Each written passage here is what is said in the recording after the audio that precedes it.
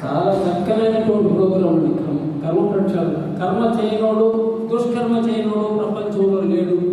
ఆ దుష్కర్మను తప్పుని మనం చెప్పుకోవలసినటువంటి మంచి అవకాశాన్ని ఇచ్చారు. చాలా సంతోషం. ఎందుకంటే ఒక హాఫ్ అన్ అవర్ టైం ఇచ్చి మీరు ఎక్కడ తప్పు ఏ రకంగా చేసినారనేది చాలా చక్కనైనటువంటి అవకాశం.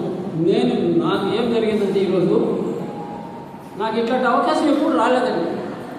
కాకపోతే నేను అప్పటికప్పుడే క్షమాపణ చెప్పుకునేది. మేడం చెప్పినట్టుగా నేను చేసిన తప్పుకు తప్పక నాకు శిక్ష అవసరమైతే శిక్ష ఇవ్వండి, లేదు నేను చెప్పే కృతజ్ఞతలతో నా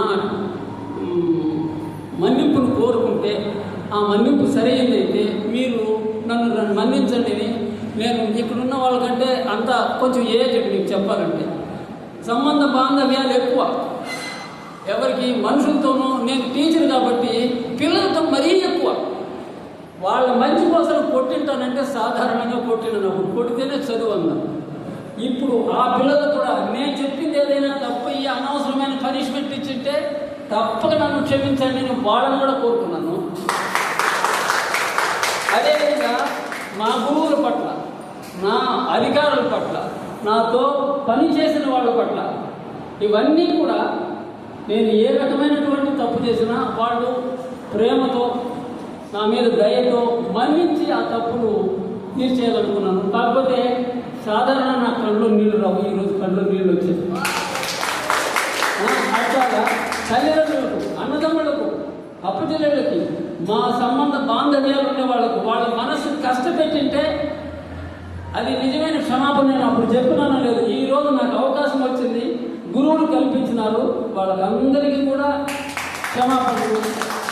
అదే నా బిడ్డలకు కానీ కోడళ్ళకు కానీ అల్లుళ్ళకు కానీ ఏ రకమైనటువంటి ఇబ్బందులు కల్పించింటే కూడా ఈ క్షణంలో నాకు ఈ అవకాశం వచ్చింది.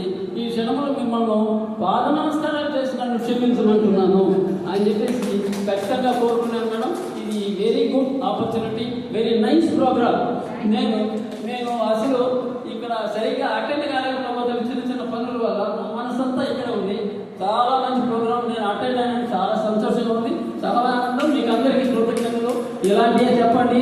వాళ్ళ కర్మ ప్రక్షాళన చేసి మీరు మంచిది పొందాలని, మీకు ఎప్పుడు గురువు గారు ఆశీస్సులు ఉండాలని కోరుకుంటున్నాను.